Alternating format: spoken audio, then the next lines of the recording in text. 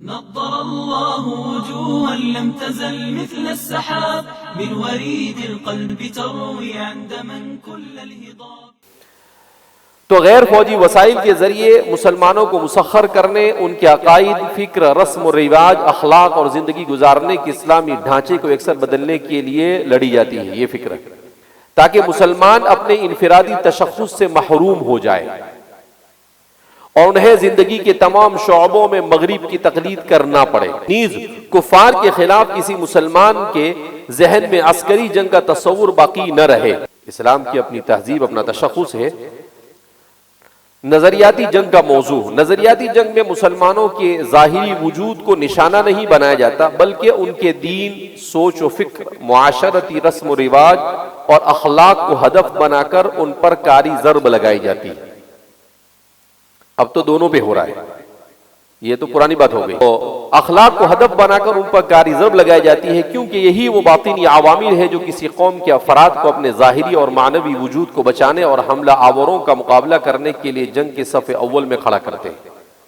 یعنی جب اندر سے ایمان مضبوط ہوتا ہے، جب انسان کی فکر مضبوط ہوتی ہے، جب انسان کے ارادے یہ اور ایمانی غیرت یہ جب مضبوط ہوتی ہے تو آدمی جنگ بھی لڑتا ہے.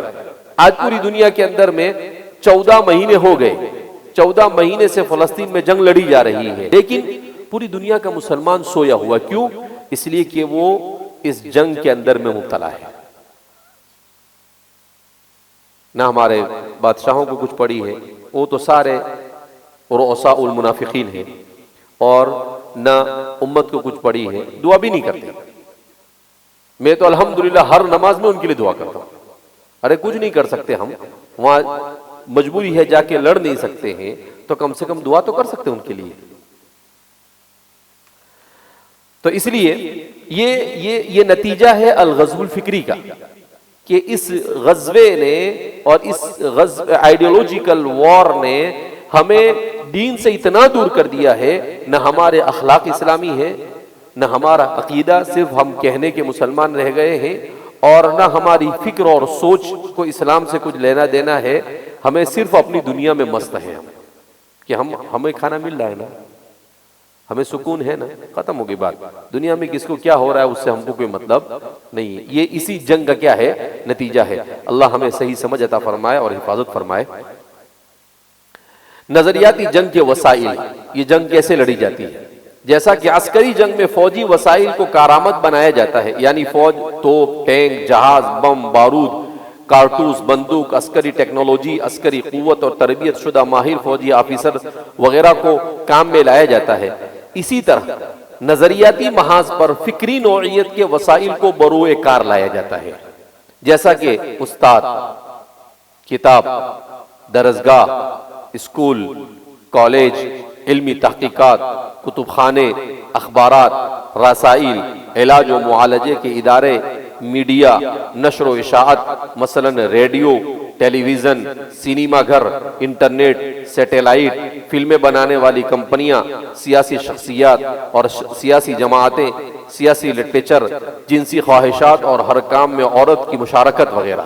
یہ تمام وہ وسائل ہیں جو انسان کی سوچ اور فکر اور نظریے کو متاثر کرتے اور قوموں کی نظریاتی رخ کو بدلتے ہیں. آج ہزاروں مغربی ادارے اس میں مصروف عمل ہیں، ہزاروں. کویت کے ایک بہت بڑے دائی، کچھ سالوں پہلے ان کا انتقال ہوا، عبد الرحمن السمیت.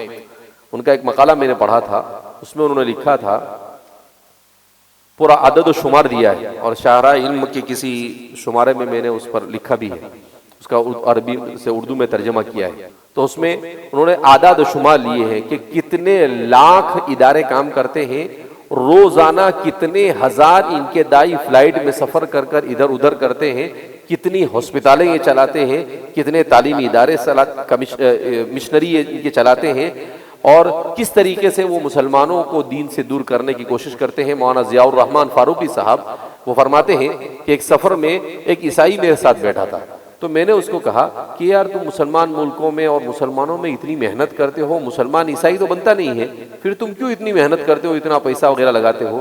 تو کہا، اس نے ایسا جواب دیا کہ میرے ہوش اڑ گئے. اس نے کیا کہا معلوم؟ ٹھیک ہے مولانا صاحب، اگر مسلمان عیسائی نہیں بنتا مگر مسلمان بھی تو نہیں رہتا ہے.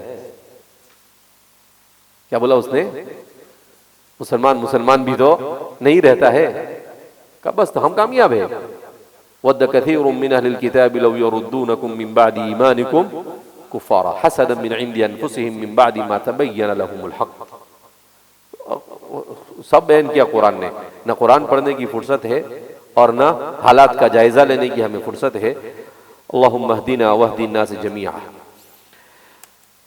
نظریاتی جنگ کی تاریخ، حق و باطل کے درمیان عسکری جنگ کی بنسبت نظریاتی جنگ کی تاریخ بہت زیادہ قدیم ہے، جیسا کہ ابھی آپ کو 1 گھنٹے تک بتایا گیا۔ اس کی ابتدا اسی دن سے ہو گئی تھی جس دن آدم علیہ السلام اور ابلیس کے درمیان دشمنی کی ابتدا ہوئی۔ ابلیس جو کہ باطل قوتوں کا علمبردار ہے، اس نے آدم علیہ السلام کے خلاف نظریاتی جنگ سے کام لیا اور آدم علیہ السلام کو مغلوب کرنے کے لیے نظریاتی وسائل کا استعمال کیا۔ چنانچہ ابلیس نے جب یہ بھانپ لیا کہ آدم علیہ السلام اس کے دشمن ہے اور بزور بازو انہیں زیر نہیں کیا جا سکتا، تو اس نے نظریاتی وسائل سے کام لیا اور آدم علیہ السلام کے سامنے اپنے آپ کو خیرخواہ کی شکل میں ظاہر کیا اور پھر اپنے دعوے کو سچا دکھانے کے لیے جھوٹی قسمیں اٹھانے لگا اور آخرکار آدم علیہ السلام اور ان کی بیوی کو بہکا دیا اور دونوں کو جنت سے نکال دیا۔ قرآن کہتا ہے وَقَاسَمَهُمَا إِنِّي لَكُمَا لَمِنَ النَّاصِحِينَ۔ اسی طرح ہم دیکھتے ہیں کہ باطل کے اتحادیوں نے ہمیشہ انبیاء کے خلاف اپنی مزاحمتوں میں جنگی وسائل کے ساتھ ساتھ نظریاتی وسائل سے بھی کام لیا ہے۔ چنانچہ کبھی تو انبیاء کے بارے میں بیہودہ اور لغو الزامات کا چرچا کیا کرتے تھے اور کبھی انہیں پاگل، ناقص العقل اور جادوگر کے نام سے پکارتے تھے، جیسا کہ جب قرآن کریم کی مجالس ہوتی تھی تو مالک بن نضر لوگوں کو کہا کرتا تھا کہ آؤ ہمارے قصے اور افسانے سنو جو کہ قرآن کی بنسبت زیادہ مزیدار ہے، جس کی طرف قرآن کریم نے ان الفاظ میں اشارہ کیا وَقَالَ الَّذِينَ كَفَرُوا لَا تَسْمَعُوا لِهَذَا الْقُرْآنِ وَالْغَوْا فِيهِ لَعَلَّكُمْ تَغْلِبُونَ۔ اس وقت کی بات ہے، لیکن آج بھی بالکل 100% فٹ ہو رہی ہے۔ آج بھی حق کی دعوت اور آواز کے مقابلے میں باطل کی تبلیغ کرنے والے کربناک آوازیں اسی طرح شور مچا رہی ہے تاکہ لوگ حق کی آواز نہ سن سکے۔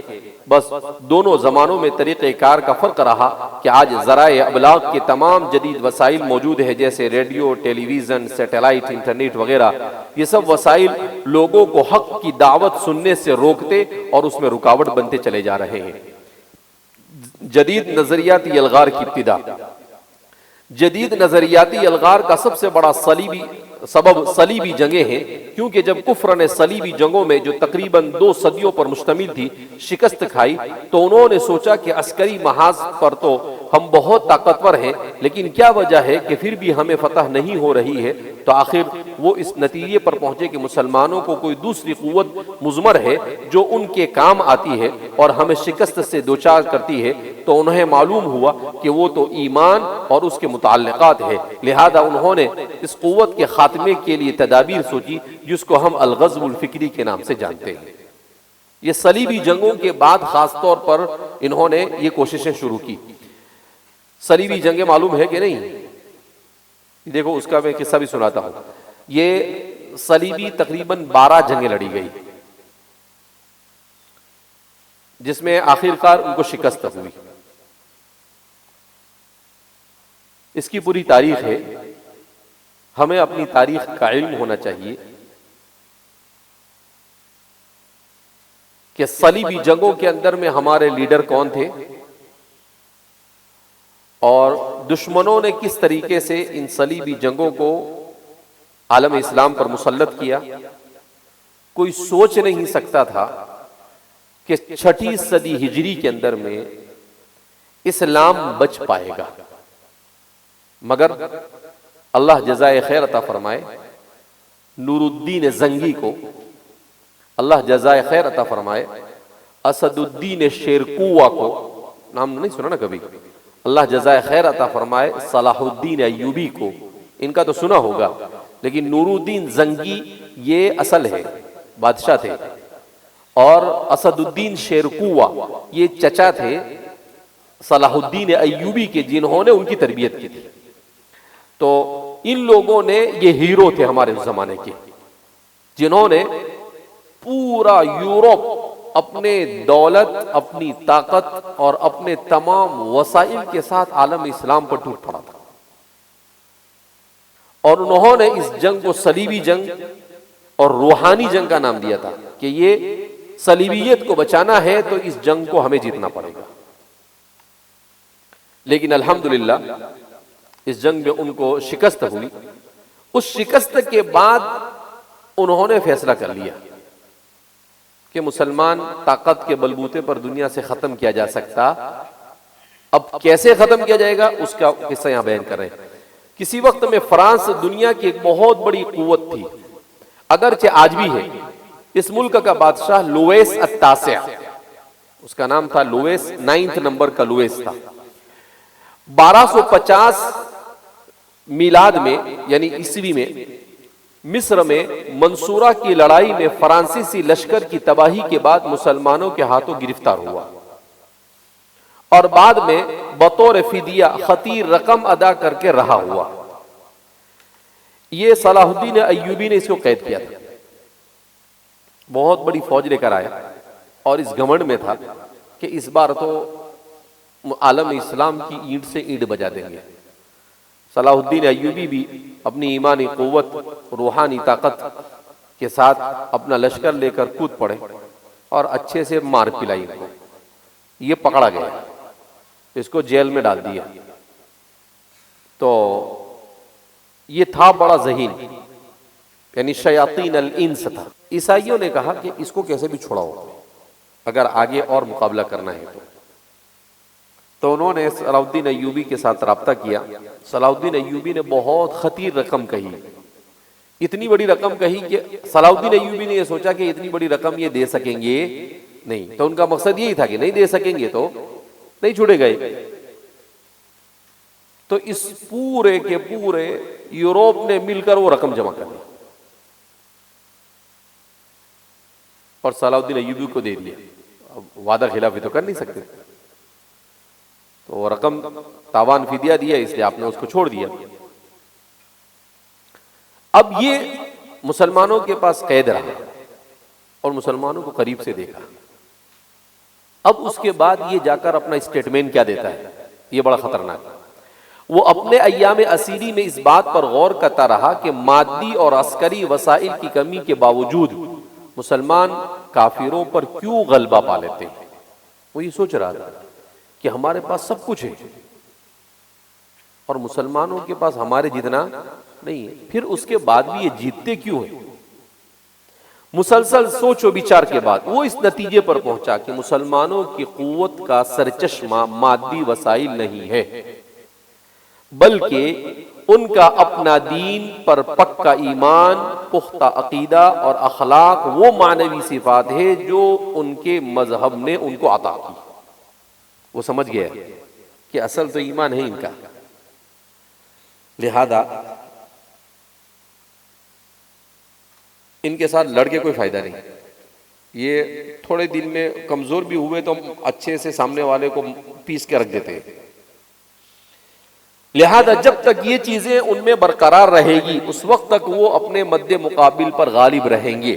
رہائی کے بعد جب وہ واپس فرانس پہنچا تو اس نے فرانس کے فوجی، سیاسی اور مذہبی لیڈروں اور دوسرے بااثر لوگوں کو جمع کیا اور اسلامی دنیا کے ساتھ جنگ کی نوعیت بیان کرتے ہوئے اپنی تقریر کے دوران کہا، اگر تم چاہتے ہو کہ مسلمانوں کو شکست دو تو صرف اسلحے کی جنگ پر اکتفا نہ کرنا، کیونکہ اس جنگ میں تم ان کے سامنے ہر دفعہ شکست ہی کھاؤ گے. تمہیں ان کے عقیدے کے خلاف لڑنا ہوگا، کیونکہ ان کی فاتحانہ قوت کا راز ان کے عقیدے میں مضمر ہے. دشمن سمجھ رہا ہے. اس کے بعد یورپ کے سیاسی، نظریاتی اور فوجی قیادت نے فیصلہ کیا کہ اب آئندہ کے لیے مسلمانوں کے خلاف فوجی جنگ کے ساتھ ساتھ نظریاتی جنگ بھی شروع کر دی جائے. اور اس لڑائی کے لیے انہوں نے یورپ کی کلیساؤں، تعلیمی، سیاسی اور سفارتی مراکز میں اسلام، اسلامی فکر اور اسلامی تمدن سیکھنے اور ان پر تحقیق کرنے کے ادارے کھول دیے. یہ مراکز بعد میں استشراق علوم اور عیسائیت کی تبلیغ کی شکل میں منظر عام پر آئے. ان مراکز میں منظم طریقے سے اسلامی دنیا کی فکر اور تہذیب کی بناوٹ پر توجہ دی گئی اور مسلمانوں کی نئی نسل میں اپنی فکر کی تاثیر منتقل کرنے کا کام شروع کر دیا گیا. انہوں نے پہلے اسلام کو پڑھا اور پھر انہوں نے کہا کہ اس امت کو قرآن سے کیسے دور کرنا. اس امت کو حب رسول اور اطاعت رسول سے کیسے دور کرنا. کہا اگر ہم ان دو چیزوں سے دور کرنے میں کامیاب ہو گئے تو ان کی جان آٹومیٹک نکل جائے گی, پھر یہ ہمارا مقابلہ کر سکیں گے نہیں. اس نظریاتی انقلاب کو برپا کرنے کی نمایاں مراکز میں ہمارے سامنے تعلیمی ادارے مثلاً اسکول, کالجز, مغربی طرز پر مسلمان بچوں کی تربیت گاہیں, میڈیا کا موجودہ سیلاب, یورپ کی سیاسی سرگرمیاں اور سیاسی جماعتیں ہیں. ان تمام مراکز اور اداروں کی کوشش کے نتیجے میں ایک ایسی نسل تیار ہوگی جن کے نام تو اسلامی ہیں لیکن ان کی زندگی تمام سیاسی, نظریاتی, اخلاقی, معاشرتی, عسکری, اقتصادی اور ادبی طور طریقے مغربی تصورات اور ترجیحات کی بنیادوں پر قائم ہے. اور ان عیسائی اداروں کی ساری توجہ مسلمانوں کو مغربی خواہشات کے مطابق بنانا ہے, اگرچہ اس مقصد کے حصول میں لاکھوں مسلمانوں کا خون بہانے کی ضرورت ہی کیوں نہ پیش آئے. تو اس طریقے سے انہوں نے کام کیا اور آج ہمارے سامنے ہے ہماری جو صورتحال ہے کہ دنیا میں کوئی ہماری وقت ہے نہیں. اس کا سب سے بنیادی مقصد انتم الاعلون ان کنتم مؤمنین, ایمان نہیں رہا, صرف ظاہری طور پر ہم مسلمان ہیں. نظریاتی جنگ کے اہداف. پہلا ہدف مسلمانوں کے دل و دماغ سے جہادی سوچ اور فکر کو ختم کرنا. مغرب یہ بات اچھی طرح جانتا ہے کہ جب تک کہ جہاد, ہجرت, شہادت اور قربانی جیسے عبادات مسلمانوں کی فکر تشکیل دینے میں مرکزی کردار ادا کرتی رہے گی, اس وقت تک یہ لوگ ذہنی طور پر حملہ آوروں کے مقابلے کے لیے تیار رہیں گے اور اس کے لیے ہر قسم کی جانی و مالی قربانی دینے سے بھی دریغ نہیں کریں گے. لیکن اگر ایک بار ان کے دل اور ان کی فکر سے یہ چیزیں نظریاتی جنگ کے ذریعے نکال دی جائے تو پھر یہ جنگی وسائل اور عسکری آلات سے خواہ کتنے ہی لیس ہو جائے دشمن سے مقابلے پر کبھی آمدہ نہیں ہوں گے. آیا راچے بیان اور ساری چیزیں دنیا میں آج ہمارے سامنے, سب کچھ ہے مسلمانوں کے پاس, دولت ہے, طاقت ہے, فوج ہے, سب کچھ ہے, نہیں ہے تو ایمان نہیں, جس کی وجہ سے آج ہم لوگ کیا ہے دنیا کے سامنے بے بس ہیں. آج یہی بات ان تمام مسلم ممالک کے نوجوان اور فوجوں میں نظر آتی ہے جو مغرب کی فکری الغار کے زیر اثر ہے. اسلام کی تاریخ میں ہم دیکھتے ہیں کہ ہر دور میں مسلمان کم تعداد اور کمزور عسکری وسائل کے باوجود طاقتور دشمن کے مقابلے میں مردانگی سے لڑتے رہے اور اللہ کے فضل سے جنگیں بھی جیتتے رہے. آج مسلمان ممالک اپنے لاکھوں فوجیوں, اعلیٰ عسکری تجربات اور ترقی یافتہ جنگی وسائل کے باوجود دشمن سے لڑنے کے قابل نہیں ہیں کیونکہ نظریاتی جنگ نے ان سے مقابلہ کرنے کی معنوی قوت چھین لی. یہ حقیقت ہے, اس پر زیادہ کچھ بولنے کی بھی ضرورت نہیں ہے, ہم دیکھ رہے ہیں. نظریاتی جنگ کا دوسرا ہدف اسلام اور اسلامی طرز زندگی اور اسلامی طور و طریقوں کے بارے میں مسلمانوں کے دلوں میں شکوک و شبہات ڈالنا. پوری عیسائیت چاہتی ہے کہ مسلمان اپنے دین, عقیدے اور اخلاق, نظریاتی ترجیحات اور معاشرتی طور و طریق میں ہمارے طرح ہو جائے اور ہر چیز اور ہر عمل میں ہماری تقلید کرے. اس ہدف کے حاصل ہونے کے نتیجے میں ایک طرف تو اہل یورپ کے خلاف مسلمانوں کے دلوں میں نفرت اور بغض ختم ہو جائے گا اور وہ ان مکروہ منصوبوں کی مخالفت بھی نہیں کریں گے جن کے ذریعے وہ مسلم ممالک پر قبضہ جمانا چاہتے ہیں. دوسری طرف پوری مسلم دنیا مغربی مصنوعات کے لیے اوپن مارکیٹ میں تبدیل ہو جائے گی, ہو گئی. مغرب کے لوگ جو بناتے ہیں یہ سب کہاں بکتا ہے؟ مسلمان دنیا میں بکتا ہے. 1.5-2 لاکھ روپے کے موبائل ہوتے ہیں, کروڑوں یعنی 50 کروڑ کی مسلمان بادشاہ گاڑیاں استعمال کرتے ہیں. کتنی؟ 100 کروڑ کی گاڑی جس میں ہزاروں لوگوں کو تعلیم دی جا سکتی ہے, لاکھوں لوگوں کو تعلیم دی جا سکتی ہے. صرف عیاشی میں اس کو کیا کیا جاتا ہے؟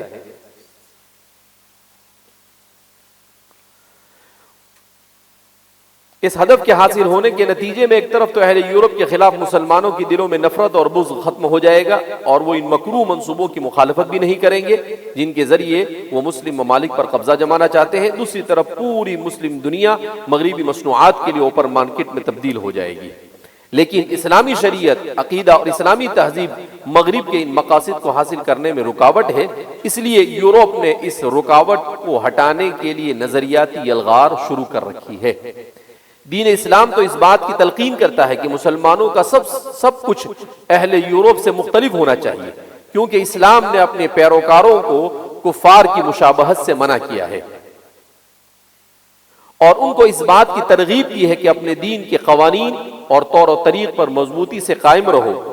اس مقصد کے حصول کے لیے انہوں نے نظریاتی جنگ کے تمام وسائل کو مصروف عمل کیا ہے، جیسے اسکول، کالج، جدید نصاب، ثقافت، میڈیا، اقتصادی کمپنیاں، تجزیہ نگار، شعراء اور مضمون نگار وغیرہ، تاکہ اسلامی دنیا سیکولرزم، لیبرلزم، لادینیت، ماڈرنزم، جمہوریت اور عالمگیریت کے ذریعے زندگی کے ہر رخ میں مغرب کی اطاعت کرنے پر آمادہ ہو جائے۔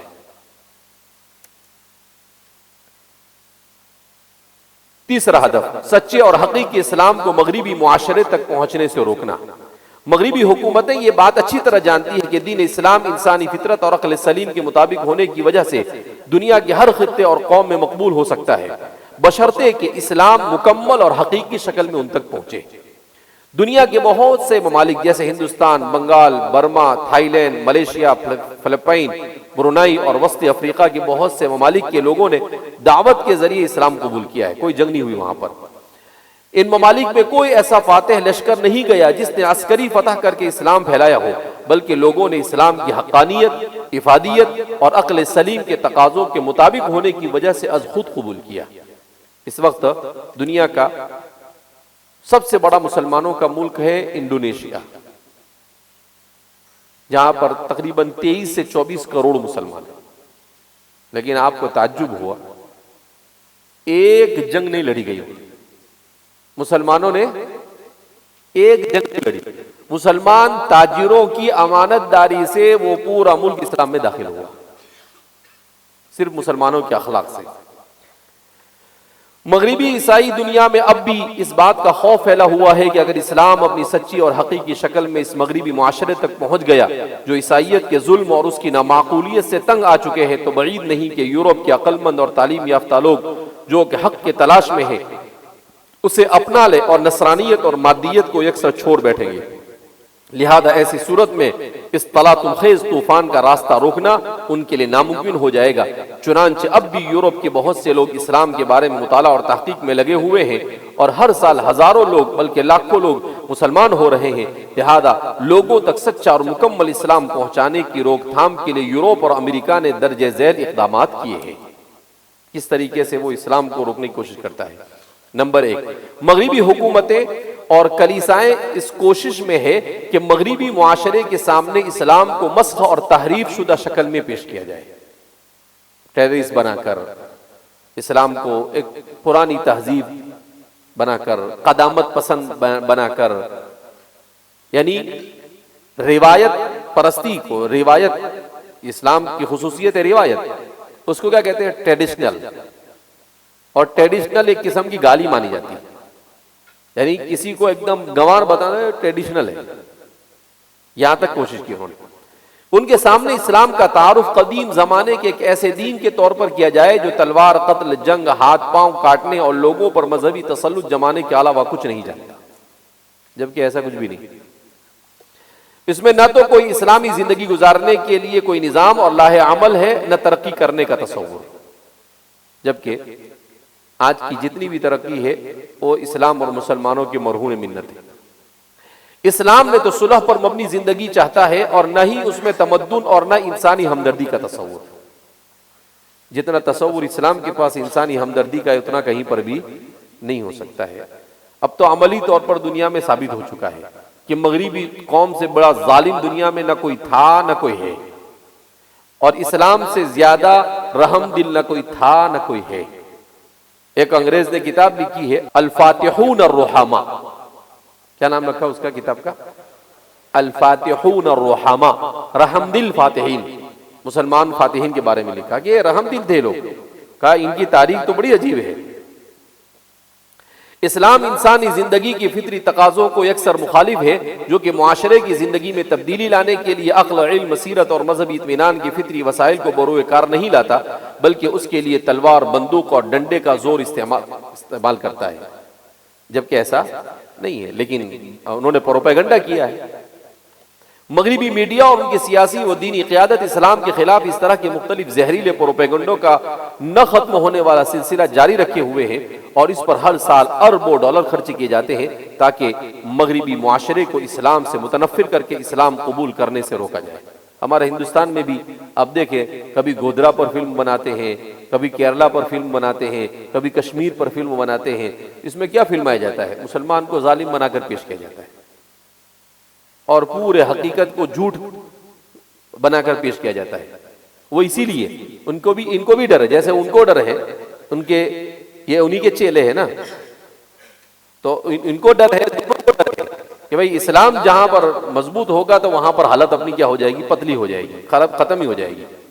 یورپ کی سیاسی، نظریاتی اور دینی قیادت یہ کوشش کر رہی ہے کہ اپنے سیاسی، اقتصادی، عسکری اور بین الاقوامی اثر و رسوخ کو استعمال کرتے ہوئے اسلامی ممالک کی حکومتوں کو اس بات پر مجبور کرے کہ وہ اپنے ملکوں میں ایسا تعلیمی نصاب رائج کرے جس میں اسلام حقیقی شکل میں موجود نہ ہو۔ سعودی میں بھی سب تبدیل کر دیا، اور بھی دنیا کے 20 ملکوں کے اندر میں نے کہا نا کہ میں ازبکستان گیا تو انہوں نے کہا کہ اگر ہمیں احسن القواعد بھی پڑھانا ہو اپنے بچے کو گھر میں تو حکومت سے اجازت لینی پڑتی ہے۔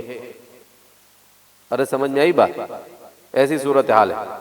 ابھی اس دن وفد آیا تھا ازبکستان کا، تو وہ بتا رہے تھے مجھے، کہا کہ یار مولانا آپ ذرا جلدی ایسا کچھ کرو کہ ہمارے بچے یہاں کر پڑے۔ تو میں نے کہا آپ دعا کرو، انشاءاللہ اس سال ہماری یونیورسٹی شروع ہو جائے گی۔ تو کیا بول کے گئے؟ اگر آپ کی یونیورسٹی شروع ہوتی ہے تو 300 سے 500 ہمارے ازبک کے لوگ آپ کے یہاں پر آ کر ابھی تیار ہیں۔ ارے سمجھ میں آئی بات؟ اس نے پیاسے بیچارے مسلمان نوجوان۔ پھر اس نے بتایا کہ مصر کے اندر 1 لاکھ ہمارے لوگ عربی اور اسلام پڑھتے ہیں۔ علماء، مبلغین، دینی مدارس، دینی جماعتیں، پریس اور اس طرح مختلف اداروں کو جو اسلامی نشر و اشاعت میں مصروف کار ہیں شدید دباؤ میں رکھا جائے اور ان کے اداروں کو بند کیا جائے، شخصیات کو قتل کیا جائے اور انہیں اتنا کمزور اور اپنی ذات میں مصروف رکھا جائے کہ وہ مغرب تک صحیح اسلام پہنچانے سے عاجز ہو جائے۔ ان کے مالی وسائل، مادی اور معنوی ذرائع کو مختلف عنوانات اور بہانوں کے ذریعے ان سے چھین کر باہر نکالا جائے اور بالآخر انہیں اپنے ہی ملکوں میں فقر و ذلت اور مشکلات کے ساتھ زندگی گزارنے پر مجبور کیا جائے۔ ہو رہا ہے، سب ہو رہا ہے، لیکن اللہ کا دین ہے۔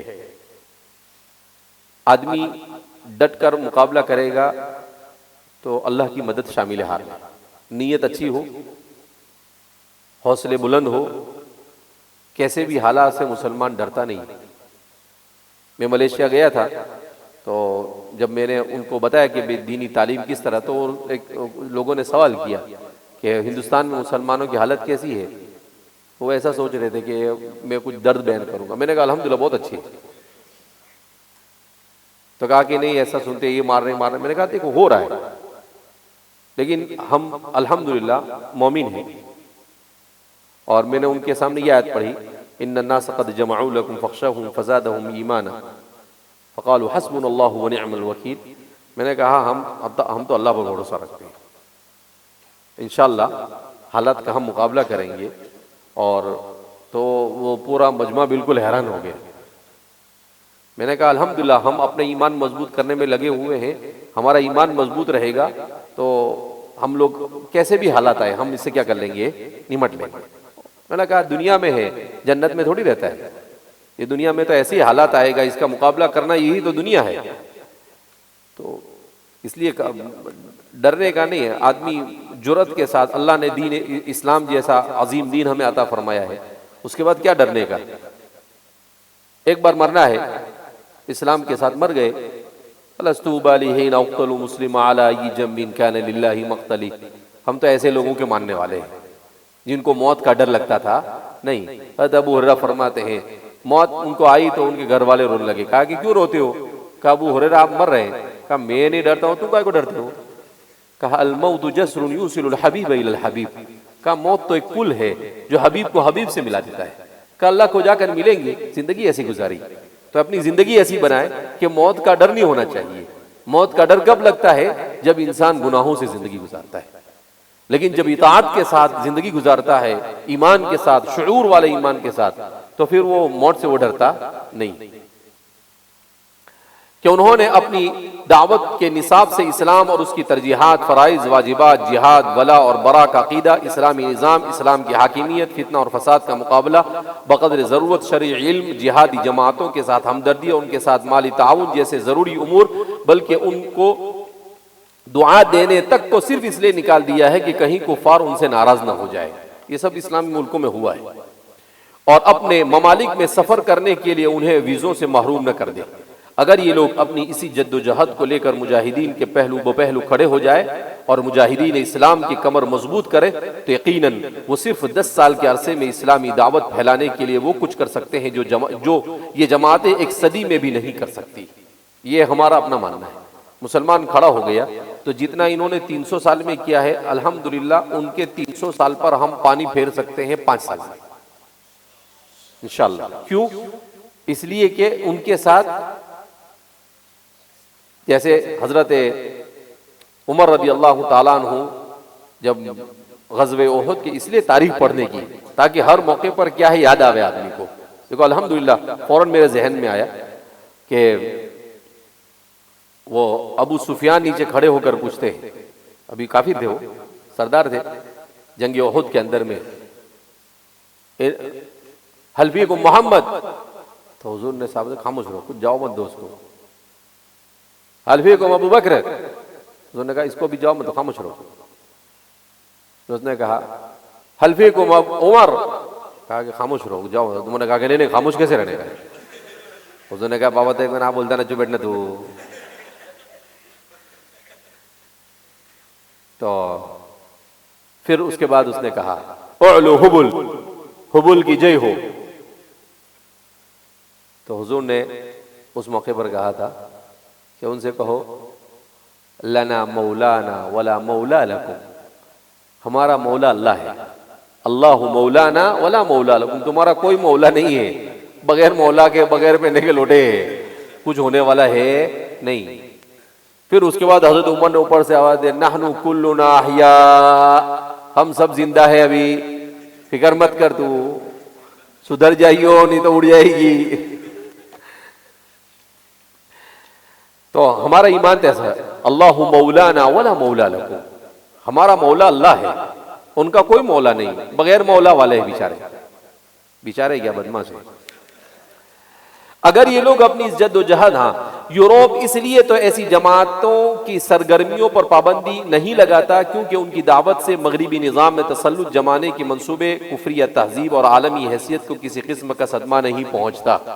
جیسے یوروپ قادیانیت کو عالم اسلام میں پھیلانے کی کوشش کرتا ہے، یوروپ آگا خانیت کو عالم اسلام میں پھیلانے کی کوشش کرتا ہے، یوروپ رافضیت اور شیعیت کو عالم اسلام میں پھیلانے کی کوشش کرتا ہے، یوروپ یہ کوشش کرتا ہے کہ جتنی بھی باطل تحریک، بہائیت ہے، اسی طریقے سے غامدیت ہے، اسی طریقے سے وہ ایک ترکی بڈھا مر گیا نا ابھی،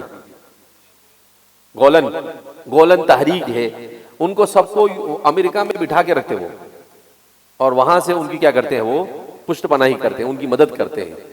تو جتنے بھی باطل مسلمانوں کی باطل فرقے ہیں، ان تمام کے تمام اسلامی یا غیر اسلامی جو خالی اپنے آپ کو مسلمان کہتے ہیں، ان کا پورا سپورٹ کرتے ہیں لوگ، اسی لیے کہ مسلمان اتنی آسانی کے ساتھ ہمارے چنگل میں تو نہیں آئے، لیکن کم سے کم اپنے دین سے ہٹ کر قادیانی بن جائے۔ قادیانی نے سب سے پہلا کام کیا کیا تھا معلوم ہے؟ جہاد کو منسوخ کیا تھا۔ سر سید نے سب سے پہلا کام کیا کیا تھا؟ جہاد کو منسوخ کیا تھا۔ غامدی کیا کہتا ہے؟ جہاد کی ضرورت نہیں۔ پھر وحید الدین خان صاحب کیا کہتے تھے؟ جہاد کی ضرورت نہیں۔ تو ان کو سب سے بڑا ڈر لگتا ہے جہاد سے، یہ جہاد کے لیے کھڑے نہیں ہونا۔ ایسے گئے گزرے دور میں بھی طالبان نے بتا دیا جہاد کس کو کہتے ہیں۔ 20 سال کے بعد بھی دم دبا کے بھاگنا پڑا، جو پوری دنیا کو ماں بن کے بیٹھی تھی امریکہ، بھاگنا پڑا۔ تو اس لیے اپنے ایمان کو مضبوط کرنے کی کوشش کرنا ہے، اسی لیے غزو الفکری کے لیے آپ کے اوپر اتنا وقت خرچ کیا جا رہا ہے۔ اگر یہ لوگ اپنی اس جد و جہد کو، ہاں یوروپ اسی لیے تو جماعتوں اور سرگرمیوں کی کیا کرتا ہے، مدد کرتا ہے۔ اسلامی تنظیمیں تنظیموں پر طرح طرح کی پابندیاں لگا کر انہیں غیر مؤثر کیا جائے، اور یہ ساری کوششیں اس وقت تک جاری رہیں گی جب تک اسلام کی نشر و اشاعت کرنے والی شخصیات اور ادارے بالکل بے بس نہ ہو جائے۔ اس لیے اس کے بالمقابل عام لوگوں کے سامنے اسلام کا تعارف نہ ہو، یا پھر اسلام کی ایک مسخ شدہ شکل ہو جس سے فطرت سلیمہ نفرت کرتی ہو۔ مغرب اگر ایک طرف مغربی معاشرے تک سچے اور حقیقی اسلام پہنچنے کی روک تھام کرتا ہے، تو دوسری طرف صرف ان گروہوں، تنظیموں اور اداروں کو یورپ میں مؤثر طریقے سے کام کرنے کی اجازت دیتا ہے جو کہ تحریف شدہ شکل میں اسلام کی نشر و اشاعت کرتے ہیں اور خود بھی اسلامی معاشرے میں مرتد اور کفری یا جماعتوں کی حیثیت سے پہچانے جاتے ہیں، جیسے قادیانی فرقہ، بہائی جماعت اور مشرک جعلی صوفیہ وغیرہ، یا پھر ان جماعتوں کو اجازت دیتا ہے جو حقیقی اسلام کو لوگوں کے سامنے ناقص اور ادھوری شکل میں پیش کرتے ہیں۔ یہ سب چیزیں سمجھنے کی ضرورت ہے۔ یہ جنگ عسکری جنگ سے کئی زیادہ خطرناک ہوتی ہے، کیونکہ یورپ اپنی عسکری جنگوں میں صرف معدنیات چوری کرتا تھا، لوگوں کے گھر ویران کرتا اور انہیں قتل کرتا تھا، اور یہ سب کچھ مسلمانوں کے دلوں میں نفرت بڑھانے کا سبب بنتا تھا، اور وہ اپنے دین پر اور بھی مضبوط ہو جاتے تھے، اور صدیوں تک لڑائی جاری رہنے کے باوجود بھی ہمہ وقت ان کے ساتھ جنگ پر آمدہ رہتے تھے۔ لیکن نظریاتی جنگ کا نقصان یہ ہوا کہ اس نے مسلمانوں میں لادین نظریات، بے دین ثقافت اور گرے پڑے اخلاق پھیلا دیے۔ مسلمانوں کی نئی نسلوں کو اسلامی اقدار سے ایسے انجان کر دیا کہ ان کی نظر میں اسلامی شریعت، عقائد، تاریخ اور طرز زندگی بالکل اجنبی معلوم ہونے لگی۔ بدأ الاسلام غریبا وسيعود كما بدأ فطوبى للغرباء۔ ایسے زمانے میں اسلام کے ساتھ، اس کے تشخص کے ساتھ رہنا، یہ اللہ کے رسول نے ایسے لوگوں کے لیے خوشخبری سنائی ہے۔ اللہم اجعلنا منہم۔ ہر معاملے میں مغربی فلسفے پر اور مغربی ترجیحات پر یقین رکھتے ہوئے ان کے نقش قدم پر چلنے لگے۔ نظریاتی جنگ نے ان کے قلبی احساسات کو ایسے شکست دی کہ اب ان کی نظر میں مغرب کی ہر بات حق اور درست دکھائی دیتی ہے، اور اسے اپنانے کو اپنی ترقی اور تہذیب سمجھتے ہیں، اور جو بات بھی یورپی نظریات اور طرز زندگی کے خلاف ہو اسے رجعت پسندی، بے وقوفی اور ترقی سے محرومی سمجھتے ہیں۔ نظریاتی جنگ میں مسلمانوں کی شکست خوردہ نسل نے اسلام اور امت مسلمہ کو اتنا نقصان پہنچایا ہے کہ چنگیز خان کے سانحے کے بعد کبھی بھی انہیں اس پیمانے پر نقصان نہیں پہنچایا گیا۔ اس ذہنی غلام نسل نے مسلمانوں کی زندگی کے اسلامی طور و طریق اور ترجیحات کو ان کی نظروں میں اجنبی بنا کر رکھ دیا ہے۔ ان دونوں کے درمیان کئی اہم فروق موجود ہیں عسکری اور نظریاتی جنگ میں، جن کو بغور دیکھ کر نظریاتی جنگ کی اہمیت اور اس کی بھیانک نقصانات معلوم ہوتے ہیں۔ ان میں چند یہ ہیں۔ عسکری جنگ کھلم کھلا اور نظریاتی جنگ خفیہ طور پر جاری رہتی ہے۔ عسکری جنگ میں مد مقابل فوجی ہوتے ہیں، جبکہ نظریاتی جنگ میں نہتے عوام۔ عسکری جنگ میں زمین پر قبضہ ہوتا ہے، جبکہ نظریاتی جنگ میں عقل اور فکر پر قبضہ ہوتا ہے۔ عسکری جنگ کے نتیجے میں جنگی وسائل اور آبادیاں تباہ ہوتی ہے، جبکہ نظریاتی جنگ میں ایمان اور عقیدہ اور ان پر مبنی پختہ عزائم کو نشانہ بنایا جاتا ہے۔